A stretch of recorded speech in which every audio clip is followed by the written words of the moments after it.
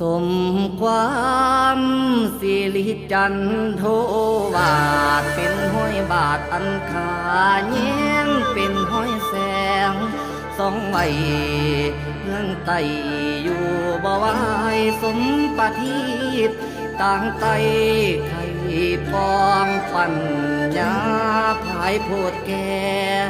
สิทธิ์ย้ายถือของขลองไว้